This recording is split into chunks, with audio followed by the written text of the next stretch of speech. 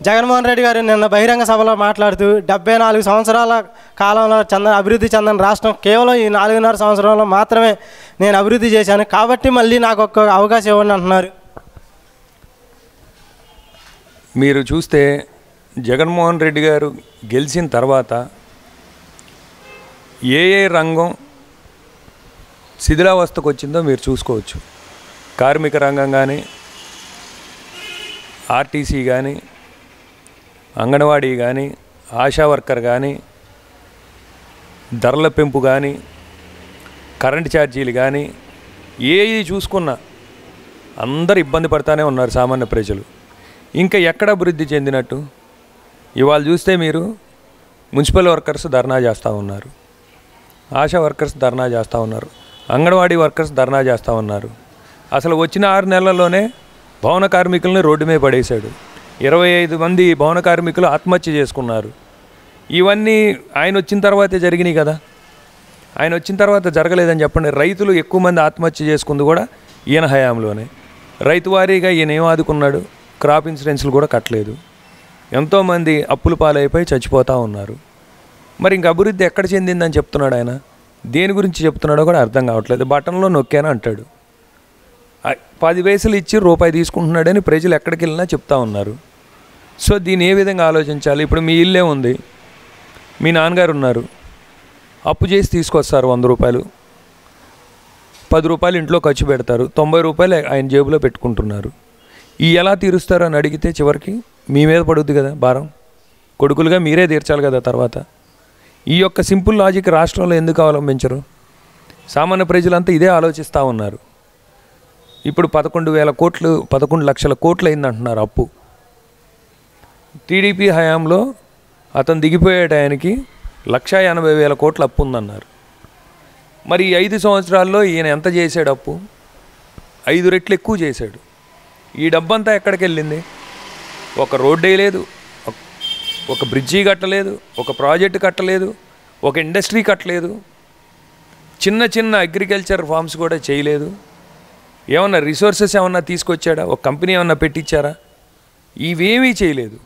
కానీ ఇన్ని లక్షల కోట్లు అప్పు అయిపోయింది. ఇది ఎవరి జేబుల్లోకి వెళ్ళినట్టు? ఇవన్నీ ప్రజలు గమనిస్తున్నారు. 2024లో ఖచ్చితంగా ప్రజాప్రభుత్వం వైపు ప్రజలు స్థాపించుకునే ప్రభుత్వం రేపు ఏర్పడబోతుంది. గట్టి సమాధానం చెప్పబోతున్నారు ఈ జగన్మోహన్ రెడ్డికి.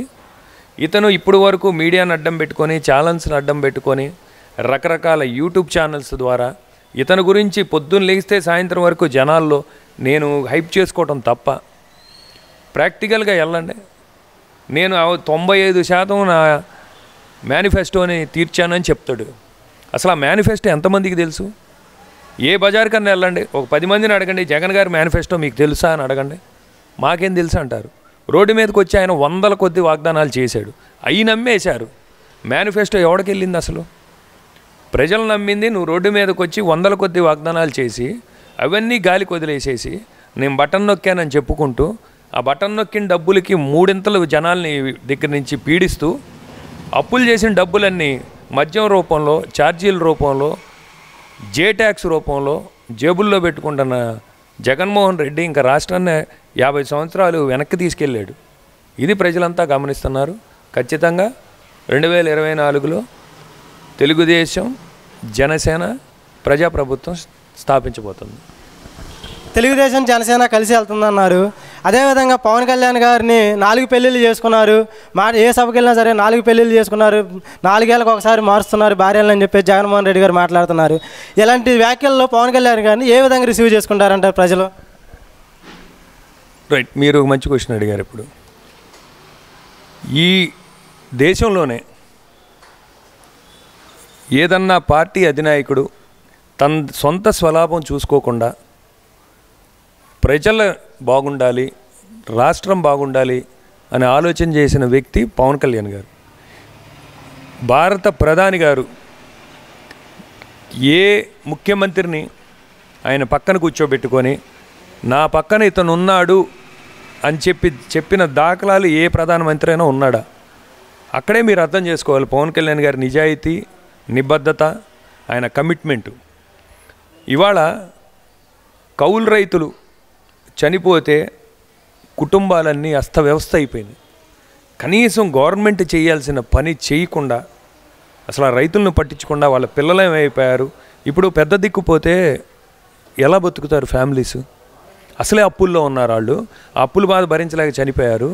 ఇంకా చిన్న చిన్న పిల్లల్ని వేసుకొని ఆ గృహిణి ఎలా బయటగట్టుది ఈ సమాజంలో? ఈ పెరిగిన రేట్లకి, ఈ నిత్యావసర సరుకులకి, వీటికి, ఈ చదువులకి.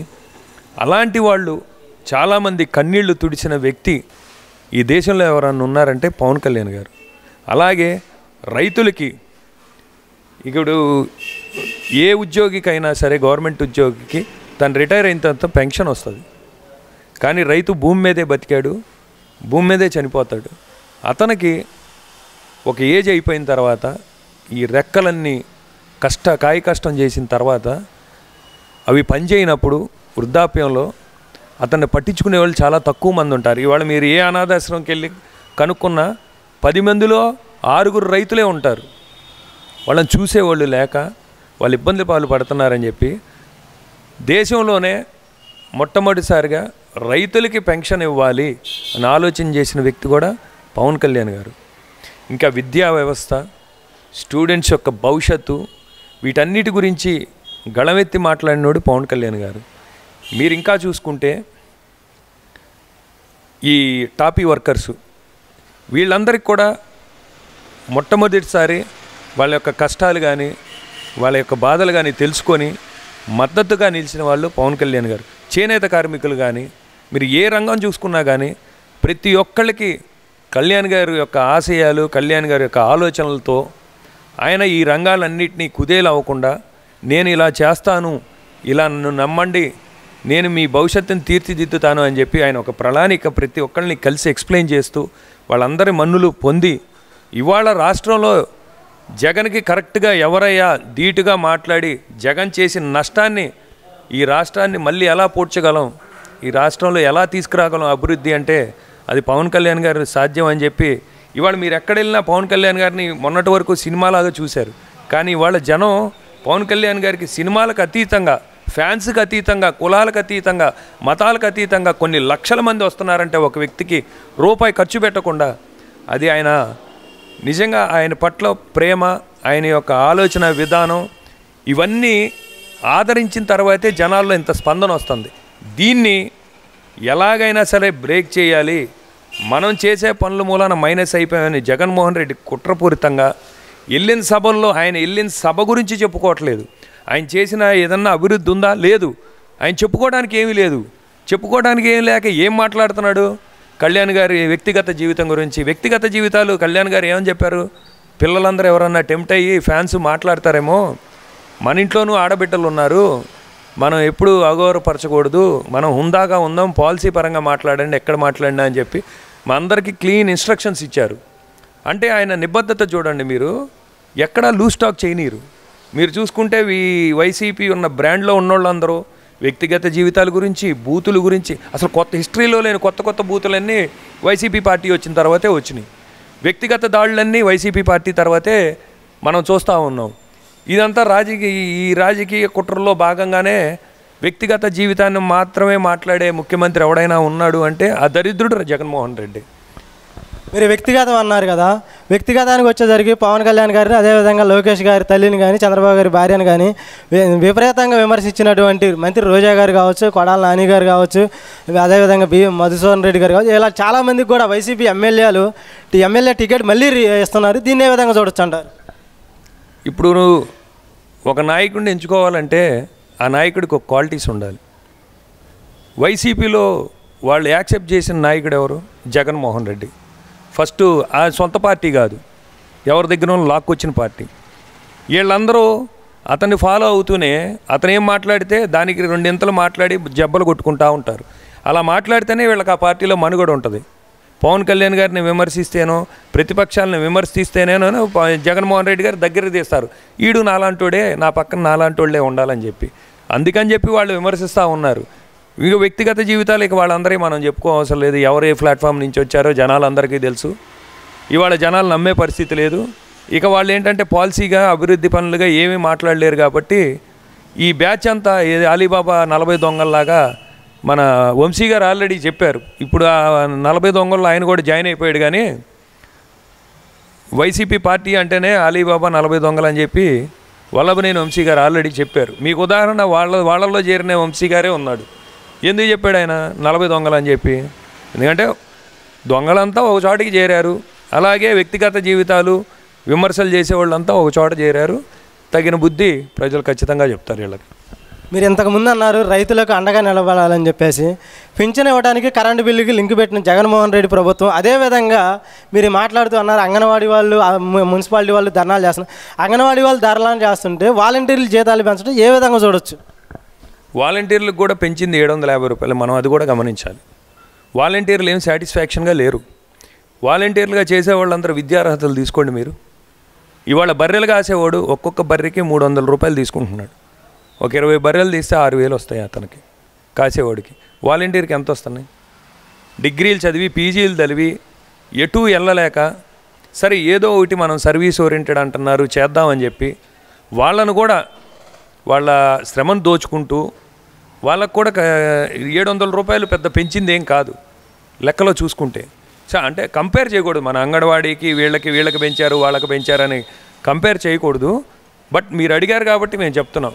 వాళ్ళకి పెంచింది కూడా పెద్ద పెంచింది ఏం కాదు. వాళ్ళని ఫుల్ ఫ్లెడ్జ్డ్గా ప్రజల కోసం వినియోగించి ప్రజలకి ఏదైతే అవసరమో దానికి వినియోగించకుండా వాళ్ళకే తెలియకుండా వాళ్ళతో కూడా డేటా అంతా కలెక్ట్ చేయించి వాళ్ళకే తెలియకుండా వాళ్ళతో ఒక పెద్ద తప్పు చేపిస్తున్నాడు ఈ జగన్మోహన్ రెడ్డి. అది వాళ్ళు గమనించారు. గమనించే మాతో ఇంత సర్వీస్ చేయించుకుంటూ మాకు న్యాయంగా రావాల్సిన అమౌంట్ ఇవ్వట్లేదు, మా శ్రమకు తగ్గ అమౌంట్ ఇవ్వట్లేదు అని చెప్పి వాళ్ళు న్యాయపరంగానే ధర్నా చేస్తే వాళ్ళకు ఒక 750 రూపాయలు పెంచినట్టున్నారు. ఇక అంగన్వాడీలు అయితే మరీ దారుణం. వాళ్ళ యొక్క సెంటర్లు కూడా బద్దలు కొట్టి మళ్ళీ వాళ్ళ ఆగ్రహానికి గురయ్యారు. వాళ్ళు పట్టుదలతో ఇవాళ 18వ రోజు నడుస్తూ ఉంది వాళ్ళది. ఖచ్చితంగా ఆడవాళ్ళ శక్తి ఏంటో వాళ్ళు ఈ గవర్నమెంట్కి చూపిస్తారు. 2024లో ఇట్లా ఈ వాలంటీరీ వ్యవస్థ రేపు 2024లో తిరగబడుద్ది. వీళ్ళే ఖచ్చితంగా ప్రజాప్రభుత్వాన్ని కూడా సహకరిస్తారు. 2024లో ఎవరు వస్తారంటారు? క్లియర్గా మీకు అర్థమవుతానే ఉంది. జనాలు మార్పు కోరుకుంటున్నారు. కళ్యాణ్ గారి వైపు చూస్తూ ఉన్నారు. కళ్యాణ్ గారు కూడా ఒక అనుభవమైన వాడు. చంద్రబాబు గారు 40 సంవత్సరాలు అభివృద్ధి ఎలా చేశారు ఏంటి, ఈ రాష్ట్రం 50 సంవత్సరాలు వెనక్కి వెళ్ళిపోయింది. సో మన ఆలోచనలకి ఈయన అనుభవానికి తోడైతే రాష్ట్రం బాగుంటుంది. మన స్వలాభాల కన్నా మనం ముందు ప్రజల యొక్క సంక్షేమం ఇంపార్టెంటు, రాష్ట్ర అభివృద్ధి ఇంపార్టెంట్ అని చెప్పి ఇరు నాయకులు ఆలోచించారు. కాబట్టే ఇరు నాయకులు ఒక డెసిషన్కి వచ్చారు. ఖచ్చితంగా ఈ 2 పార్టీలు ప్రభుత్వాన్ని స్థాపిస్తాయి. అది ప్రజలకు ఆమోదయోగ్యంగా స్థాపిస్తారు. ప్రజలే సపోర్టుగా ఇప్పుడు ఈ కూటమిని అంగీకరిస్తూ ఉన్నారు. ఖచ్చితంగా మెజారిటీ సీట్స్ వచ్చి మన ఆంధ్ర ఖచ్చితంగా అభివృద్ధి వైపు నడుస్తుంది.